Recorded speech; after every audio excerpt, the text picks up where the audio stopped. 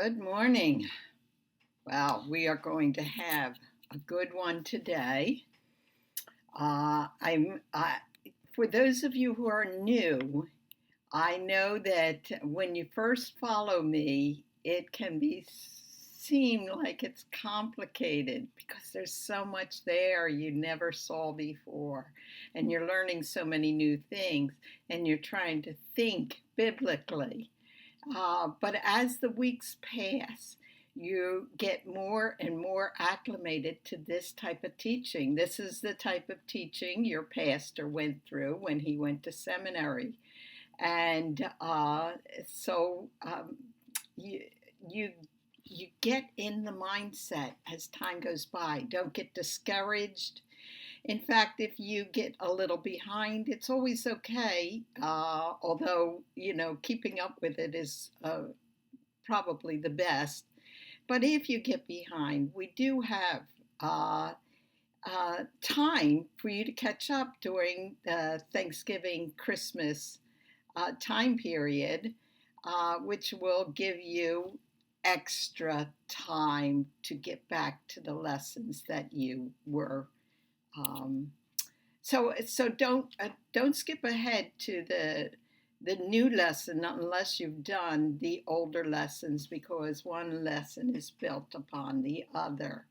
So, but I would suggest, as I did before, putting aside a time period, a designated time period, like Thursday night, if you came Thursdays when we used to have it together, and we prayed to God that it will happen again, or a Tuesday morning or Sunday afternoon at a certain time, and you make it like a doctor's appointment. This is what you do at that time, unless of course something comes up.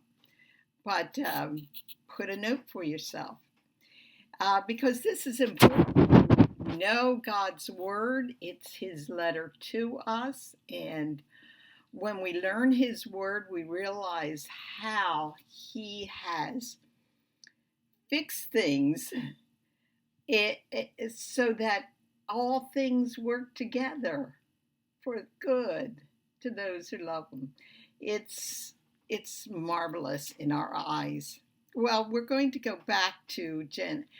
In our snippet, we're going to rewind just a little bit, restate some things that are going to be pertinent to today's lesson. And I want to make sure that you got it the first time. And a lot of times, I remember I didn't get it the first time I learned something. I had to review. We have Genesis 3:15. Remember the proto-evangelium, the first gospel. And it says in Genesis 3:15, um, um, I will put enmity between you, Satan, and the woman, Eve, and between your seed, Satan, and her seed, that's Eve's seed. He, that is Eve's seed, shall bruise your head, Satan. A crushing, a bruising, that's death. And you, Satan, shall bruise Eve's seed heel. We know that happens at the cross. Satan's head is crushed. But Satan's, the Eve's seed's heel is crushed. Now, we look at that, we say, but Jesus died. That's more like a crushing of the head. No, because when Jesus rose again, you could say all that happened was a crushing of the heel to Jesus. Let me read it again in an easier way. God will put animosity or hatred between Satan and Eve, and between Satan's seed and Eve's seed. Okay, let's start again. God will put animosity, hatred between Satan and Eve. Satan is against the woman, Eve. between Satan's seed and Eve's seed. Satan's seed is against the woman's or Eve's seed. Okay? So Satan will look like he's winning. He is against the woman. His seed is against the woman's seed. And remember what we talked about Satan's seed. Those who are antagonistic to the Messiah are Satan's seed. Then, instead of Satan's seed or Satan being first, all of a sudden there's a switch, and it's Eve's seed is first. Will crush Satan's head, and then Satan is second. Satan will crush the heel of Eve's seed. There's going to be a reversal when Messiah, Eve's seed, will arrive, and it will be the woman's seed against Satan, and the woman's seed will win. We're talking about seed. That means her offspring, and their offspring, and their offspring, and their offspring, and their offspring. And what you will notice is that in the genealogies, when there is a genealogy, there's a second genealogy. And it's always the first genealogy, just like here, Satan against Eve, Satan's seed against Eve's seed. The first genealogy will be Satan's line, those who follow Satan. And then the second genealogy, as though it's beaten, as though Satan is winning, will be Eve's seed. So you're going to see this throughout Genesis. So let's see the first one. We have the first, in chapter 4, the first genealogy that is given is that of Cain in Genesis 4. Then in Genesis 5, we are told that we have the Messiah seed line. The second seed line will result in the Messiah thousands of years later. It's Messiah's seed line.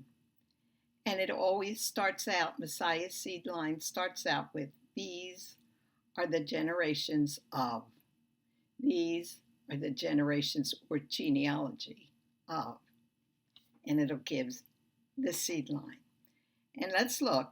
It's Adam, Seth, Enosh, Kenan, Mahalalel, Jared, Enoch, Methuselah, Lamech, Noah. Count them. 1, 2, 3, 4, 5, 6, 7, 8, 9, 10. 10. Now you're going to note that there's going to be 10 in each of the genealogies coming up. 10 in the generations of Messiah's seed line. I want you to take note of that. It begins with Adam, it goes through Seth, and ends up with Noah. Now next is Noah's children. And we're going to have Japheth's line listed first, then Ham's line listed second, but it is Shem's line, or Noah's line through Shem, that is the Messianic seed line, and that's going to come in chapter 11. And that is Messiah's seed line. And it begins again. These are the generations of. In fact, let's look at that. Let's look at it in chapter 5 of Genesis, where, and it says Genesis 5:1, this is the book of the generations of, or these are the generations of Adam, and it's going to go through Seth. See, the Messianic seed line begins the same way each time, so that you know it's different from Cain's, because Cain's did not do that. If you notice, 17 is the beginning of, 4:17. Chapter 4:17. It just says Cain knew his wife and he had a son by her. And it doesn't say these are the generations of. But the Messiah seed line starts with these are the generations of. When it comes to the descendants of Noah, who are Shem, Ham, and Japheth, it just says the sons of Japheth for Japheth and lists all his generation. But it doesn't say these are the generations of. The same thing with Ham, the sons of Ham.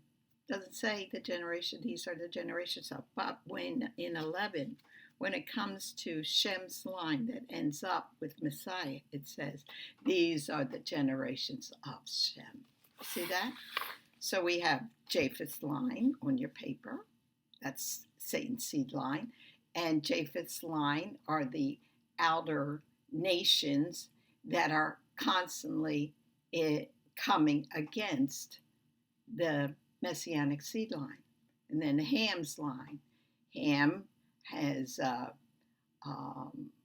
people of Babylon and the people of Canaan in his line, and they are antagonistic toward the Messianic seed line. And then the third one, these are the generations of Noah. So we have Noah, Shem, Arpachshad, Shelah, Eber, Peleg, Reu, Serug, Nahor, Terah. How many are there? 1, 2, 3, 4, 5, 6, 7, 8, 9, 10. 10. Again. Now he's doing this for a purpose. Not that 10 is holier than any other number, but he's doing it purposefully, making it the same each time so that when we see it not have 10, we say, whoa, why doesn't it have 10? But here, and now notice, Noah is at the beginning. He was at the end of the last seed line. We start with the end person and go Noah on down. So who do you think the next person will be? These are the generations of Terah, because he's the last. Okay. That's our snippet, and we'll show you how that snippet is going to fit into what we're learning today. And we have Hebrews 11, 8 to 10. We're following you on the second paragraph. By faith, Abraham obeyed when he was called out to a place that he was to receive as inheritance, an inheritance. Now, we're going to have a word that's repeated 3 times. And so I want you to watch for that word. Let's see where it is. He went out not knowing where he was going. By faith, so this is the second by faith. The first by faith was that he obeyed God because he believed. He obeyed God and went to the land as an inheritance, the one God was going to take him to. And he went out not knowing where he was going. He went by faith. Now here's the second by faith. By faith, he went to live in the land of promise, as in a foreign land, living in tents with Isaac and Jacob, heirs with him of the same promise. For he was looking forward to the city that has foundations, whose designer and builder is God. And then it goes on. This time it's about Sarah. By faith, Sarah herself received power to conceive even when she was past the age, since she considered him faithful who had promised. Therefore, from one man, and him as good as dead, were born descendants as many as the stars of heaven, and as many as the innumerable grains of sand by the seashore. What's the word? Promise. I did emphasize it a little. the promise. She received a promise, he received a promise, and it was by faith. Uh, um, and so that holds that paragraph together. The promise, mentioned 3 times. Mentioned by faith, he went to live in the land of promise. Living in tents with Isaac and Jacob, heirs with him of the same promise. And then she considered him faithful who had promise. That holds that paragraph together. We might separate the two. It's 2 different persons, but no, we're to hold it together. So I want to read that first part again down below here in the bold print. By faith, Abraham obeyed when he was called to go out to a place that he was to receive as inheritance. And he went out not knowing where he was going. So Abraham has faith to obey God by leaving Ur and going to Canaan, is what the author is saying. That's the first sign of his faith. And then the second sign of his faith. By faith, he went to live in the land of promise, as in a foreign land, living in tents with Isaac and Jacob, heirs with him of the same promise. So Abraham has faith to believe God's promise. Now we're going to find out that promise had 3 aspects to it: the land, the seed, and the blessing. So I'm going to just wrap it up here and have this. This is his faith. The first part of Hebrews tells us about Abraham's faith. Abraham has faith to obey God by leaving Ur and going to Canaan. That's his first sign of faith. The second is Abraham has faith to believe God's promise of land, seed, and blessing. Okay, here's our genealogy. Terah's genealogy. You'll see what it says about Terah, because it says this at the beginning. Now, these are the generations of Terah. So he's named as the last person in the last genealogy. But now he's the first person. As we saw, Noah was the last person in Adam's genealogy, and then he became the first person in the next genealogy. And Terah is the last person in that genealogy, but he's the first person in this one. Oh, there's a method to the madness. There really is. We've just never seen things like this, and it's hard to capture how intricate and wonderful God's word is. You really have to follow and make sure you understand each word, don't you? Okay, we are going to read through, and if you notice, this genealogy is made into a chiasm. Yes, we have our A and our A and B and C and C and D and D and E and F and F. It's a long chiasm, isn't it?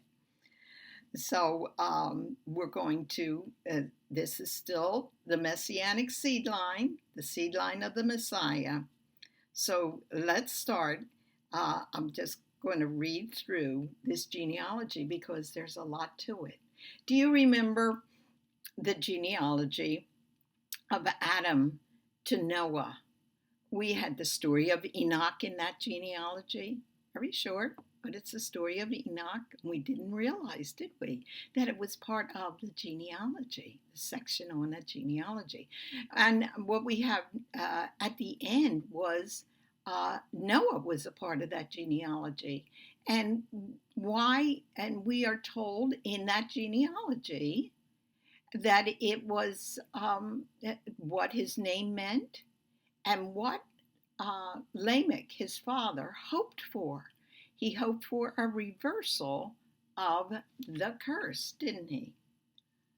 Okay, each genealogy seems to begin with these are the generations of. followed by 10 names normally, and ending with "and he died." And if you notice, then Terah died in Haran. The then is "and" in Hebrew. So let's see how it starts. This is the introduction to it. Now, these are the generations of Terah. Terah became the father of Abram, Nahor, and Haran. So he had 3 sons. And Haran became the father of Lot. Now, Haran died in the living presence of Terah, his father, in the land of his kindred, in Ur of the Chaldeans. The Chaldeans mean the Babylonians, and Ur was a part of Babylon. It was a city in Babylon, and rather than calling them Babylonians way back then, in Abraham's day, the people were called Chaldeans. Abraham and Nahor were on the first sea. Abram and Nahor took for themselves wives. The name of the wife of Abram was Sarah. The name of the wife of Nahor was Milcah, daughter of Haran, father of Milcah, and father of Iscah. Now Sarai was barren. She had no children. Uh-oh. A problem. Here we have a genealogy, and it stopped because Sarah is barren. Sarah had no children. It will take the next 10 chapters to resolve this problem. Let's go on with our these are the generations of. Terah took Abram, his son, and Lot, son of Haran, his son's son, and Sarai, his daughter-in-law, wife of Abram, his son. They set out together from Ur the Chaldeans to go to the land of Canaan. But when they had come as far as Haran, they settled there. Ooh, again, we're in the midst of a genealogy and we're given extra information. What's the extra information? Well, the author of Hebrews knew he was going to have faith to leave Ur and go to Canaan. So it tells us that here, right up front. Within a genealogy, we have the story of Abraham's family, leaving Ur to go to Canaan. Now it goes on. And they settled there. Let me read that again. That's second C. Wife of Abram, his son, they set out together from Ur the Chaldeans to go to the land of Canaan. But when they come as far as Haran, that's a place, they settled there. Ooh, that's the second problem, isn't it? Haran isn't in Canaan. In fact, let's see. We are traveling from Ur the Chaldeans. We go over the Fertile Crescent and we come down. That is where Haran is. Down further is where Canaan is. So they stop right before they get to Canaan. They stop there and settle. There's a problem. Okay, B. In the days of Terah were 5 years and 200 years. Then Terah died in Haran. Did you notice that this has bookends? Somebody dies in A at the top. Haran died. And somebody dies at the end. Terah died. Let me give you another funny thing here. It says Haran died, right? Look at the bottom. Terah died in Haran. And that's a place. The first Haran has one R. And that's a person. It's one of the sons of Terah. And then we have a place. Terah died in Haran. So what we have is Haran died, and down the bottom we have the same words, died and Haran. So that's our A and our A. Our B and our B is about Terah. His father is. So we have about Terah, and our B down below has Terah. C has wife of Abram. C at the bottom has wife of Abram. Was Sarai. And D, so Sarai is named there, and Sarai is mentioned in the other D. We have daughter of Haran, and E, and we have son of Haran. So a child of Haran is mentioned. And then the middle, right in the middle, the big problem. Now Sarah was barren. She had no child. Notice that the same thing is said 2 times to make sure we get that center thing. So let's go back and count how many there are. Now, we can't count the same name twice, so I'm going to go with you through this. Now, these are the generations of Terah. So Terah is the first name. And he was the father of Abram. That's 2. I want you to, if you can, put a little 1 before Terah, put a little 2 before Abram. Nahor is 3. Haran is 4. And Haran became the father of Lot. That's 5. Haran dies. Terah, his father, is in the land of his kindred in Ur of the Chaldeans. We're not given a new name yet. Abram and Nahor took for themselves wives. The name of the wife of Abram is, now we're given a new name, 6, Sarai. The name of the wife of Nahor is Milcah. She's 7, daughter of Haran. Father of Milcah and father of Iscah. That's 8. And once we get to 8, we hit our problem. Sarah is barren. She had no child. If we go on and read, we find all these names again, a lot of these names again, but no new names. Now, 10 in the first genealogy, the Messianic genealogy. Second is 10 in the second genealogy. And in this genealogy, we know we should have 10. But we don't. That is strange. And it's all because Sarah was barren. She had no child. So now we have to say, we need to find out who the 9 and the 10 are, don't we? And so let's look at it easier, because I made a family tree for Terah so that you could see it. But we're not going to get to it yet. Sorry. Okay. So from Adam to Noah, we had 10 generations. From Noah to Terah, we had 10 generations. From Terah to 8 generations? I don't think so. Let's read it through as it is in Scripture.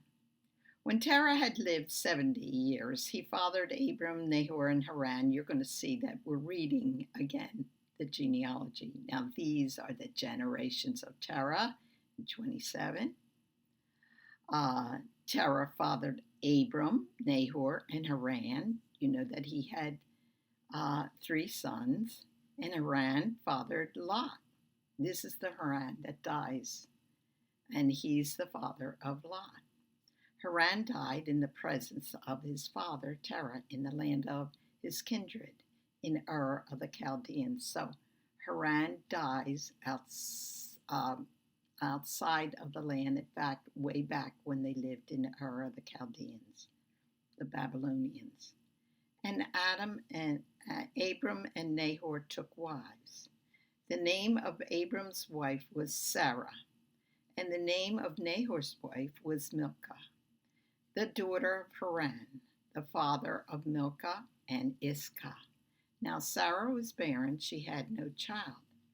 Terah took Abram, remember, within the genealogy, we have extra information. Terah took Abram, his son, and Lot, the son of Haran, his grandson, and Sarai, his daughter-in-law, his son, Abram's wife. And they went forth together from Ur of the Chaldeans to go into the land of Canaan. But when they came to Haran, not Canaan, they settled there. The days of Terah were 205 years, and Terah died in Haran. Now, we were not given the information as to why they left Ur to go to Canaan. That's going to come in the very next paragraph, which is in chapter 12. So watch why they left Ur. Now the Lord said to Abram, "Go from your country and your kindred."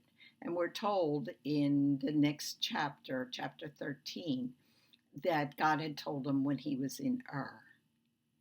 So go from your country and your kindred and your father's house to the land that I will show you, and I will make you a great nation, and I will bless you and make your name great, so that you will be a blessing.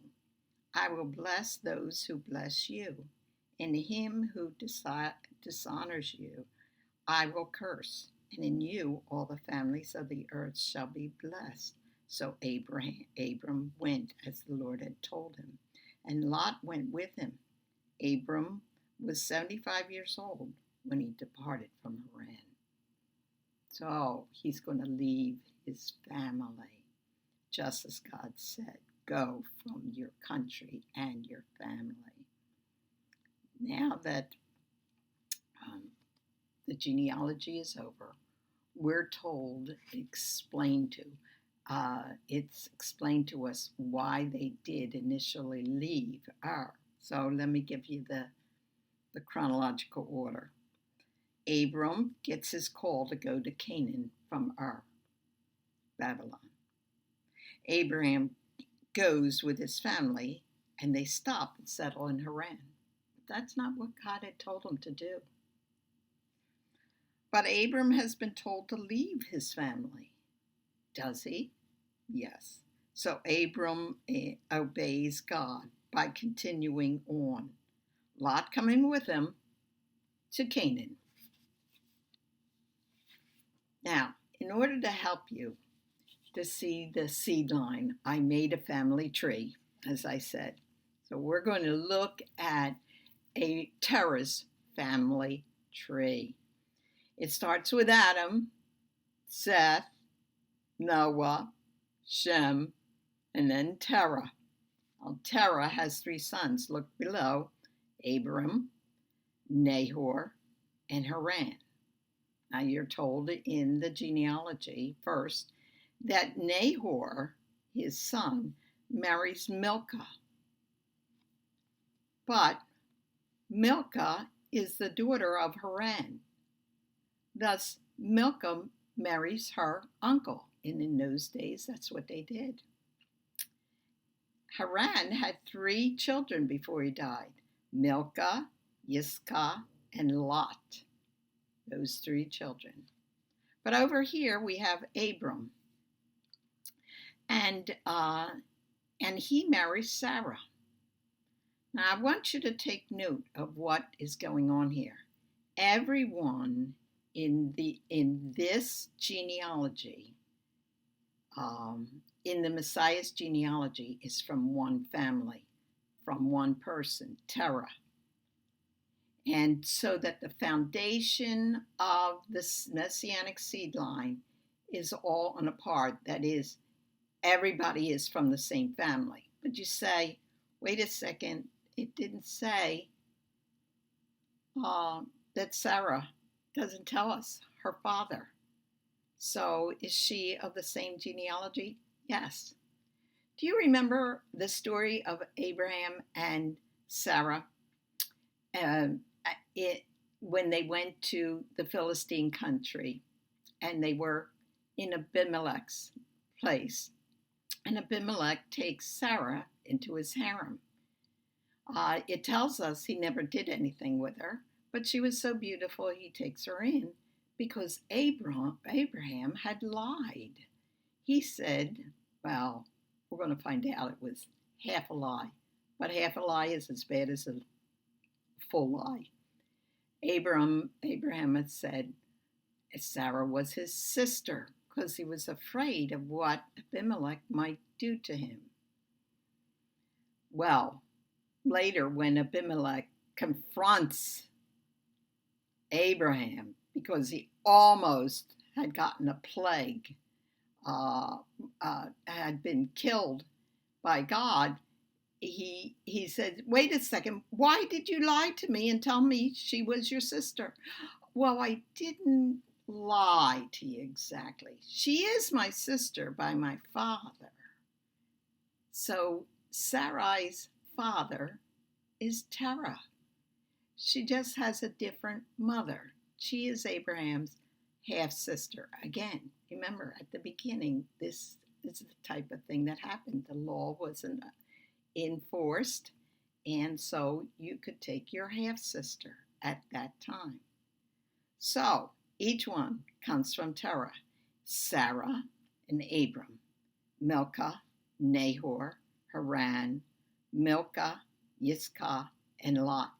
They are all from, now if you number them, Terah is first, Abram is second, three, Nahor is third, Haran is fourth. You see the little numbers? Then we have Sarah is fifth, mentioned. We don't count Milcah again. Fifth, and then sixth. Well, sixth is Milcah. Up above, we saw that with married to Nahor. Then Yiscah is seventh. Eighth is Lot. So now you can see it. You picture the family tree. It was so convoluted. Sometimes Hebrew was really, and yet the people understood it. They could do it in their mind. But we need to have a family tree line to help us to get it. But again, we see that 9 and 10 are missing. And so, who are they? Who are 9 and 10?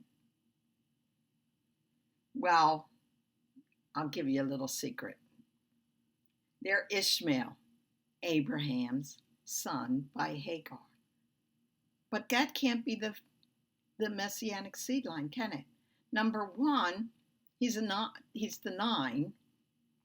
Number 2, he is by Hagar, who's not from Terah's line. In fact, Hagar is from Ham's line.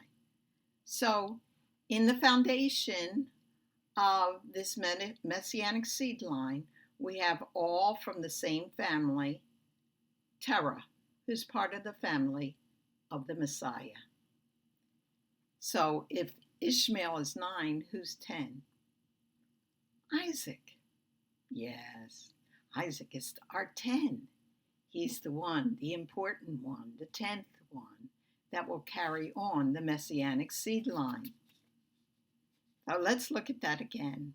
We have Adam and Seth and Noah and Shem and then Terah. Of course, there's a lot of names in between those names, but we finally get to Terah. He's 1. Abram's 2. Nahor is 3. Haran is 4. 5 is Sarah. 6 is Milcah, who is her husband's niece. Yeah. And then from Haran not only comes Milcah, but also Yiscah We never hear of Yitzchak again. And Lot. Okay? And then, of course, if you draw a line down from Abram, you can put in Ishmael by Hagar. And then I would put the line down from Sarah because it had to be from both Sarah and Abram. We have Isaac. So put those two names down. Maybe you can see it the way it is here. See the two lines down from Sarah and Abram. I have Ishmael and Isaac. Ta-da! Ta-da! It looks uncomplicated now, doesn't it? Everybody now is a part of Terah's. These are the generations of. Okay, so what do we have? Again, Abraham, by faith, says Hebrews 11, has faith to obey God by leaving Ur and going to Canaan. So we've got the first one done. They leave Ur and go to Canaan. But now we're going to look at the second thing Abraham had faith in, and to believe God's promise. And remember, we said we're going to find out that that promise included land, seed, blessing. So let's look at Abram's blessing. Okay, the promise of God to Abraham, Isaac, and Jacob is land, seed, and blessing. And let's see that as each one comes up. Abraham in the first column, Isaac in the second column, Jacob in the third column, the names that were listed in Hebrews 11. If you remember what Hebrews 11 said, ta-da! By faith, Abraham obeyed. Let's go. By faith, he went to live in the land of promise, as in a foreign land, living in tents with Isaac and Jacob, heirs with him of the same promise. So we have promise to Abraham first, in chapter 12 and 13.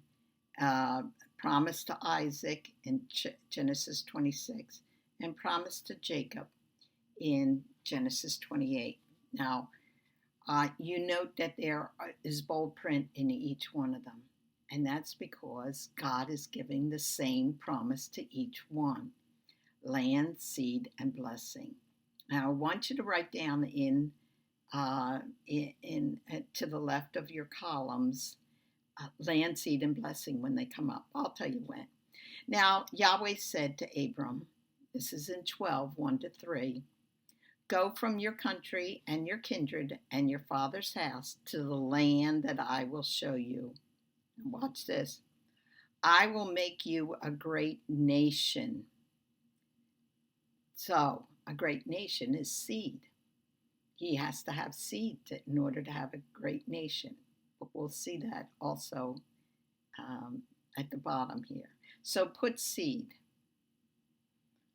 And then, and I will bless you. So put blessing.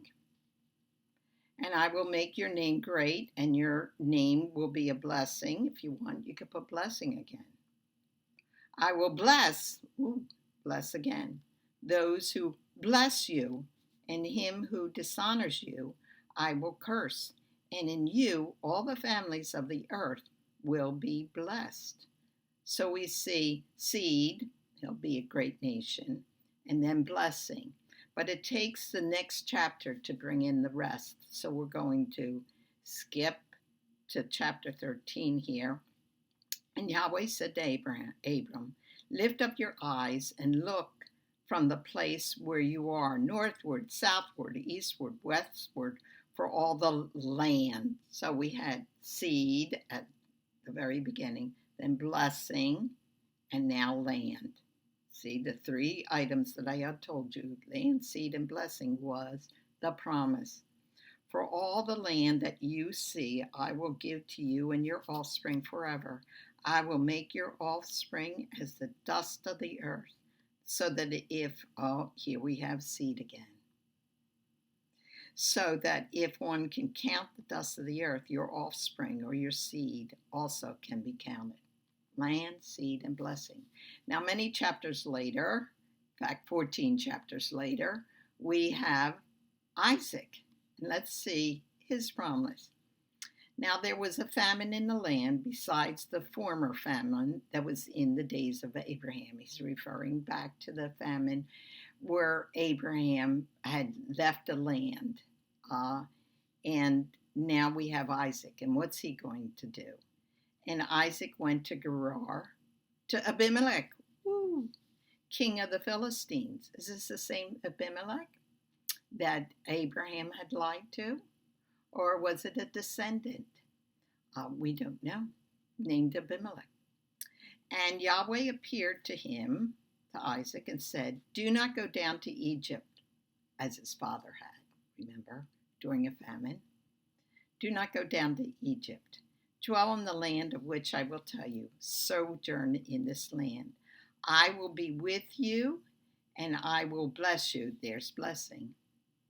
"For to you and to your offspring," there's the seed, "I will give all these lands." There's the land. "I will establish the oath that I swore to Abraham your father, and I will multiply your seed," your offspring, your seed again, "as the stars of the heaven." Well, when Abraham was given this promise, it was as the dust of the earth. Now it's as the stars of the heaven. "And I will give to your offspring," seed, "all these lands," land, "and in your offspring," seed, "all the nations of the earth will be blessed." There's the blessing again. So Abraham is given the blessing just as Hebrews 11 tells us. And then Isaac is given the blessing just as Hebrews 11 tells us. And then Jacob. So let's listen to it from Jacob. "And behold, Yahweh stood above it." That's the ladder. Remember when Jacob was fleeing his brother Esau and going to Haran in order to get a wife because he needs to marry from Terah's line. "And behold, Yahweh stood above it, the ladder," that's when it happened, "and said to Jacob, I am Yahweh, the God of Abraham, your father, and the God of Isaac. The land," here's the land, "on which you lie, I will give to you and to your offspring," seed. "Your offspring," seed, "shall be like the dust of the earth." That's the promise given to Abram, remember, like the dust of the earth. "And you shall spread abroad to the west and to the east and to the north and to the south," just like he said to Isaac. "And in you and your offspring shall all the families," that seed, "shall all the families on the earth be blessed." So, in each one is given that blessing because it says in Hebrews 11, "By faith he went to live in the land of promise, as in the foreign land, living in tents with Isaac and Jacob, heirs with him of the same promise." You see, the same promise given. So, what did we have? We had our two things from Hebrews 11. Abraham had faith to obey God by leaving Ur and going to Canaan. And the second one, Abraham has faith to believe God's promise of land, seed, and blessing. Now, I want to give you one more thing here. Though we have been learning about Adam and Eve, Cain and Abel, Noah and Abraham for the past few weeks, they are not the main characters in their stories. The main characters are God and his Messiah, the seed of the woman who will crush the head of the serpent. That is the main characters. Those are the main characters. God is the one that we are to trust. He will keep all his promises, especially the promise of the one who will crush the head of the serpent, the Messiah. And all these genealogies look forward to the Messiah. God bless you.